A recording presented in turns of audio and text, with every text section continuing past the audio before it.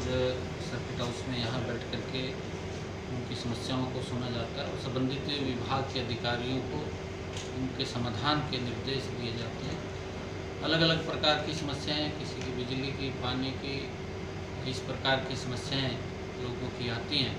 और उन समस्याओं को संबंधित अधिकारियों को बोल करके उनके समाधान का करवाया जाता है। और इसको लेकर के आज यहाँ पर लगभग हर रोज़ यहाँ पर बैठता हूँ। अलग अलग स्थानों के ऊपर जाना होता है, कैथल, कुरुक्षेत्र और रदौर क्षेत्रों के अंदर वहाँ के लोगों की जो समस्याएं हैं उन समस्याओं को सुन करके समाधान किया जाता है। सर, आजकल एक समस्या लोगों के सामने आ रही है, बरसात के चलते जो है सड़कों का निर्माण का काम शुरू किया जाता है, जिससे लोगों को जो ये पिपली से लेकर के थर्ड गेट तक जो सड़क का निर्माण हो रहा है, पीछे जिस प्रकार इसका टेंडर हुआ था, टेंडर के बाद वो जो ठेकेदार था और ठेकेदार वो कहीं ना कहीं उसको कोई टेक्निकल कोई दिक्कत आई है और वो छोड़ करके चला गया था और उसके खिलाफ कार्रवाई भी की गई थी और दूसरे ठेकेदार को ठेका दिया गया। वो उसके ऊपर काम तेज़ी से चल रहा है। जल्दी ही वो कुरुक्षेत्र के लोगों को भी और बाहर के लोगों को उसका लाभ मिलेगा। जल्दी ही सड़क बन करके तैयार हो जाएगी। परंतु काफ़ी लंबे समय से वो काम चल रहा था उसके ऊपर और बरसात का वो महीना आया है, उस महीने के अंदर भी कार्य उसके ऊपर प्रगति के ऊपर चल रहा है और जल्दी ही बन करके वो कुरुक्षेत्र के लोगों को समर्पित की जाएगी। कोई गति से, पूरी गति से उसके ऊपर कार्य चल रहा है। सर, दोनों सड़कें पाट दी, एक और इसका काम पूरा नहीं और सर उससे पहले दूसरी भी पाट दी। देखिए, क्योंकि उस सड़क के ऊपर भी सभी सड़कों का नव निर्माण होना है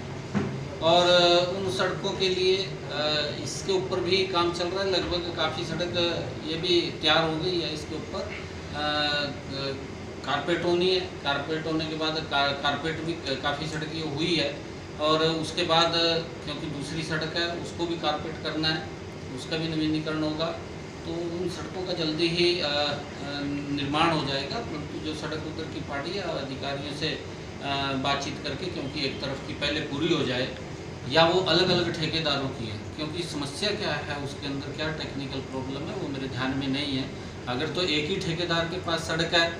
तो वो पहले इसको तैयार करके फिर दूसरी को छेड़ेगा। अगर वो अलग अलग ठेकेदारों के पास है फिर वो अलग विषय है। सर, अनलॉक 2 शुरू हो चुका है, मंदिर तकरीबन सभी खुल गए हैं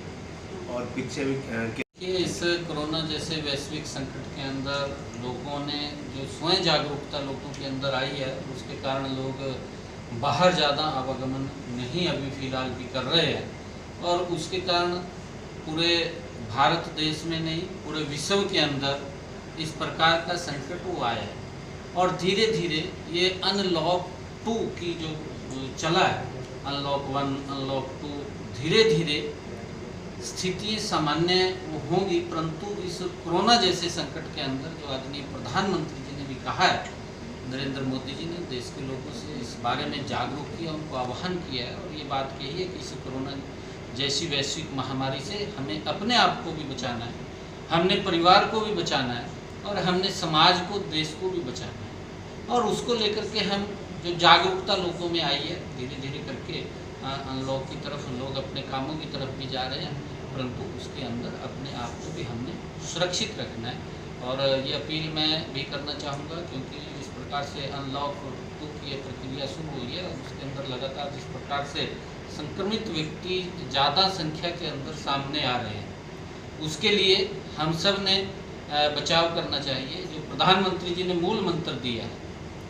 कि 2 गज की दूरी और हम सब के लिए बहुत ज़रूरी है,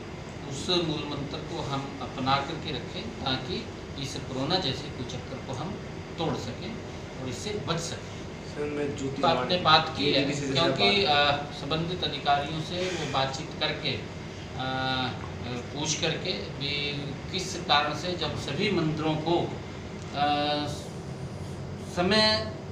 दे करके वो खोला गया है, ज्योतिषर भी, क्योंकि एक शक्तिपीठ है ज्योतिषर और वहाँ पर भगवान श्री कृष्ण ने गीता का संदेश उस स्थान के ऊपर दिया है। बहुत सारे लोग बाहर से भी विदेशों से भी लोग वहाँ पर आते हैं, परंतु जिस प्रकार से कोरोना के अंदर ये सारा का सारा सिस्टम रुका है, उस सिस्टम के अंदर अधिकारियों से पूछ करके कि उसका भी कुछ समय वहाँ पर खोला नायब जाए जी, ताकि कमी ना बोलिए, हाँ, कमी। लोग विपक्ष तो कहीं दिखाई नहीं देता, विपक्ष खत्म हो चुका है। कांग्रेस पार्टी लगातार समाप्ति की ओर है और कांग्रेस क्योंकि जिस प्रकार का उसके अंदर चल रहा है और लगातार कांग्रेस की जो नीतियाँ हैं वो नीतियाँ क्योंकि देश के मजबूती की तरफ नहीं, देश को खोखला करने की तरफ उसकी नीति है और देश की जनता ने कांग्रेस पार्टी को नकार दिया। अगर आप देश के अंदर पिछला 6 वर्ष का कार्यकाल देखें, आदरणीय नरेंद्र मोदी जी के नेतृत्व में जो मजबूती हर दिशा के अंदर प्रधानमंत्री जी ने वो भारत को दी है, देश की सीमाएं मजबूत की हैं। आतंकवाद के ऊपर नरेंद्र मोदी जी ने जो बड़ा अंकुश लगाया, जो कांग्रेस के समय के अंदर एक भय लोगों के अंदर रहता था कि कहीं बम ना फट जाए और फट जाते थे, आज लोग उस भय से बाहर निकले हैं और उनको इस बात की चिंता नहीं है क्योंकि आज देश मजबूत नेतृत्व के हाथों में है, जिसका नेतृत्व नरेंद्र मोदी जैसा महापुरुष जिसने विश्व को रास्ता इस कोरोना वैश्विक संकट के अंदर दिखाया उसके हाथों में है और उसके ऊपर देश की जनता पूर्ण विश्वास कर रही है। और विश्वास करके आप देख रहे हैं इस आतंकवाद जैसे जो ये संक्रमण था आतंकवाद की, उसको भी समाप्त करने का काम, उसको भी पाकिस्तान की बाउंड्री के ऊपर LOC के ऊपर रोकने का काम, LAC के ऊपर रोकने का काम अगर किसी ने किया तो नरेंद्र मोदी जी ने किया, बहुत मजबूती से देश को सुरक्षित किया है। और आज मैं ये भी कहना चाहूँगा कि जिस प्रकार से हरियाणा के अंदर मनोहर लाल जी के इन 6 वर्षों के अंदर हरियाणा प्रदेश मजबूत हुआ है, हरियाणा प्रदेश मजबूती से मनोहर लाल जी के नेतृत्व में आगे बढ़ा है और जिस प्रकार से बिना भेदभाव के हरियाणा प्रदेश के अंदर कार्य हुए हैं, इस बात की चर्चा, इस बात की प्रशंसा हरियाणा प्रदेश का जन जन कर रहा है, हर व्यक्ति कर रहा है। और मनोहर लाल जी के नेतृत्व के अंदर इन 6 वर्षों में हरियाणा मजबूती की तरफ पटड़ी के ऊपर बड़ी गति से आगे बढ़ा है। सर रजिस्ट्रियों पर जो पाबंदी लगाई गई है इसमें विपक्ष भी जांच की बात की और जो विपक्ष के समय के अंदर जिस प्रकार से रात के 12 बजे की रजिस्ट्री होती थी, अगर इसकी जांच खुलेगी तो मेरे ख्याल से कई लोग उसके अंदर जो विपक्ष के हैं, जो कांग्रेस की जो सरकारें रही हैं, जिस प्रकार का उनका कार्य रहा है, क्योंकि वहाँ पर कांग्रेस के समय के अंदर लोगों की बात को नहीं सुना जाता था। वहाँ तो जो व्यक्ति हाजिरी भरता था उसकी बात को सुना जाता था, उसमें अंतर था। आज अगर कोई भ्रष्टाचार की बात आई है तो मनोहर लाल जी ने बहुत ही मजबूती से सटीक उसके ऊपर निर्णय लिया है और उनकी ये प्राथमिकता भी रहती है मनोहर लाल जी की कि भ्रष्टाचार को समाप्त किया जाए। अगर कहीं न कहीं रजिस्ट्रियों के अंदर इस प्रकार का विषय कहीं आया है तो तुरंत उसके ऊपर पाबंदी लगाई है ताकि जहां पर भी इसके अंदर लूप होल है, जहां पर भी कमियां हैं, उन कमियों को उन विभागों के साथ जोड़ करके उनको सारा ज्वाइंट किया जाए और उसका टाइम पीरियड तय करके ताकि लोगों को इस भ्रष्टाचार जैसे जो गुण है इससे बचाया जा सके। और उसको लेकर के मनोहर लाल जी ने निर्णय लिया इन सभी विभागों को जोड़ करके और उसका टाइम पीरियड तय करके कि NOC इतने दिन में आ जाएगी, उस व्यक्ति की रजिस्ट्री हो जाएगी और उसके अंदर भ्रष्टाचार खत्म हो जाएगा। इसको लेकर के क्योंकि जो बात कही है कि अगर कोई बात आई है उसके ऊपर तुरंत संज्ञान वो मनोहर लाल जी ने लिया है, जनता के हित में लिया है, हरियाणा प्रदेश के हित के अंदर वो निर्णय लेते हैं। परंतु वहां पर विपक्ष के अंदर तो जो लोग उन लोगों की हाजिरी भरते थे उनकी बात सुनी जाती थी, जनता की बात नहीं सुनी जाती। नायब जी अगर के अंदर क्योंकि उसकी बात सुन करके वो सारा का सारा जहाँ पर भी पुलिस ने अगर कहीं कोई गड़बड़ हुई है, कोई उसके खिलाफ कोई नाजायज हुआ है तो उसकी जांच करके उनके खिलाफ कार्रवाई की जा रही है। मंजे हुए और संगठन के बहुत ही कुशल हमारे कार्यकर्ता रहे हैं और लंबे समय से लगभग 30-40 वर्षों का जीवन उनका वो संगठन के अंदर उन्होंने दिया और एक एक कार्यकर्ता की एक एक नब्ज को वो जानते हैं। उनके नेतृत्व के अंदर संगठन मजबूती से आगे बढ़ेगा और जिस प्रकार की उनकी कार्यशैली है, चाहे वो किसान मोर्चा के अध्यक्ष रहे, चाहे भारतीय जनता पार्टी के राष्ट्रीय स्तर के ऊपर उन्होंने काम किया है, हरियाणा के अंदर भी उन्होंने प्रदेश महामंत्री के नाते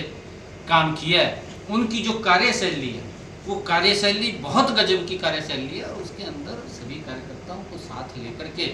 वो आगे बढ़ने वाले व्यक्ति हैं। उनके नेतृत्व में और मनोहर लाल जी के नेतृत्व के अंदर,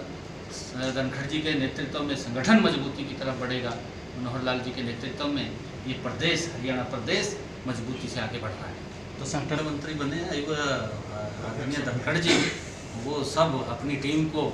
आगे लेकर के बना करके वो चलेंगे। उसके ऊपर वो स्वयं धनखड़ जी विचार कर रहे हैं। सर परसों हुड्डा भूपेंद्र सिंह हुड्डा ने बात सही कही है, क्योंकि कांग्रेस पार्टी के अंदर कोई फर्क नहीं पड़ता।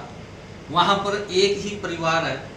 वहाँ बेटा है, वहाँ पर बापू है, एक ही जगह बैठे हैं। परंतु यहाँ पर फर्क ये है, भारतीय जनता पार्टी के अंदर यहाँ पर समर्पित कार्यकर्ता आता है।